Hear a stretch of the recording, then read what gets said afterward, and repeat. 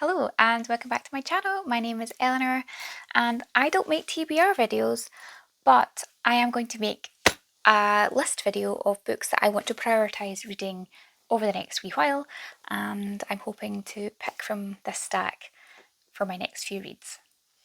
If you've been around my channel for a while, you know I don't make TBRs because I don't stick to them. I am a mood reader through and through, but I'm still in a reading struggle right now and these books are screaming at me to be read.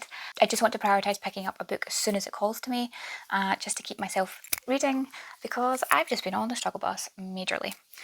I've been feeling quite daunted about starting series. I've got quite a few first books in a series on my TBR shelf, and I might just have to make that its own kind of video, is trying the first few chapters of some of these series, and if I'm feeling sucked into the book, then I start the book and buy the rest of the series and just keep going. I need to do something to kind of not stop avoiding those books, basically. So I have 6 books here that I'm going to make my kind of pending to be read pile, and we'll see how I get on. The first one is Modern Gothic by multiple authors. This is an anthology of short stories. I was wonderfully sent a proof copy by the publisher Flower and the Ball Press, and this will be out in October of this year, so I'm very excited to give this a read. It might seem like the wrong time of year to be reading a horror, but I do want to read it before it comes out in October, and short stories are really good for when you're kind of not feeling the reading mood, because you can just commit yourself to one story and get sucked into that world.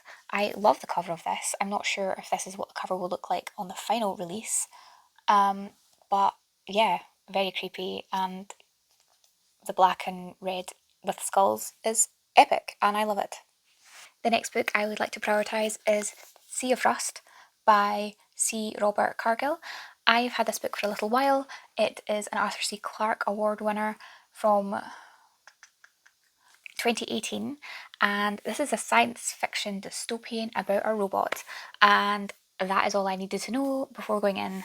And I also really enjoy this cover. I think it's just beautiful. It looks very much like Rust, which is the title, and that makes sense. And it's just about a robot searching for the meaning of the world after every human is long gone. So I don't want to make this comparison because it really cheapens the book, but it feels a bit Wall-E-esque. Obviously Wall-E does then meet the last of humanity and they repopulate the earth, and it's beautiful, beautiful Disney moment. But just one wee robot on earth after humanity's gone. Seems like it could be a bit sad and a bit melancholy, but I am excited to read this, and it's a standalone, so that is another good reason for me to pick it up, because then I'm not committing myself to a series, so I'm excited for this. I would love to know if any of you read it and what you think of it. I'm very excited by this. Another book I want to prioritise picking up is Chimes at Midnight by Shauna Maguire. This is the 7th book in the October Day series.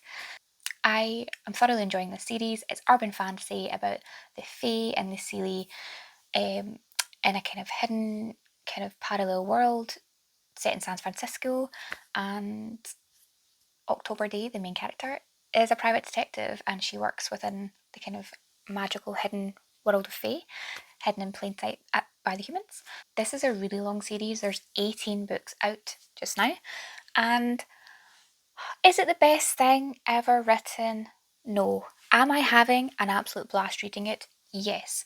This reads like a TV series and I'm here for it. I love it. The books aren't terribly long, and I've also been dipping in and out of listening to them on audiobook because they're also on the app Everand, used to be called Scribd. I really like listening to audiobooks on there, and yeah, a lot of the books, most of the books are there on audiobook, and I'm enjoying that as well, dipping in and out of physically reading and listening to audiobooks. And because it's such a long series, I want to kind of read one at least every other month to kind of keep my hand in, because this would be a pain to go back and reread to kind of catch up and re-remember what's going on. And if I lose the momentum, I may not do that. So this is book 7, and I would like to get to this soon. The next book is Bloody Rose by Nicholas Ames, and this is either a prequel or a sequel to Kings of the Wild. I really enjoyed Kings of the Wild. It read like a D&D campaign, and I love playing D&D. I'm in a couple of campaigns just now, and it's so fun. And Kings of the Wild really gave that vibe, and it was good crack. I really enjoyed it.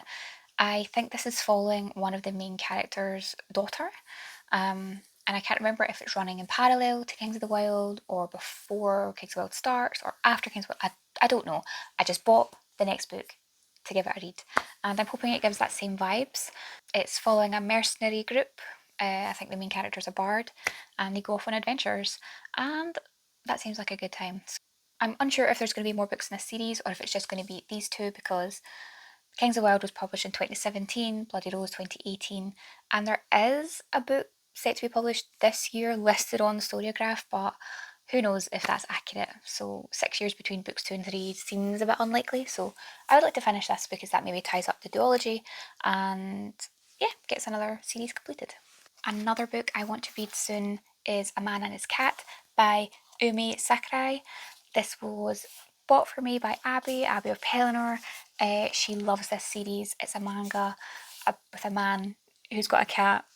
That's it. That is the plot. I have 2 cats of my own, and this seems very sweet. And I would love to read this. I've not actually fully read any manga in my life. I would like to read this and see if manga works for me, if I want to continue on this series, or maybe it'll inspire me to pick up other mangas. I would just love to have that experience and see how I get on. It's quite a short manga, so I would like to prioritise reading this, especially because it was a gift. And it's so cute. Look at the cat. I'm sure I'm going to love the artwork on this. And the last book that I want to read is Saga Volume 10 by Brian K. Vaughan and Fiona Staples. I have owned this volume since it came out in 2022.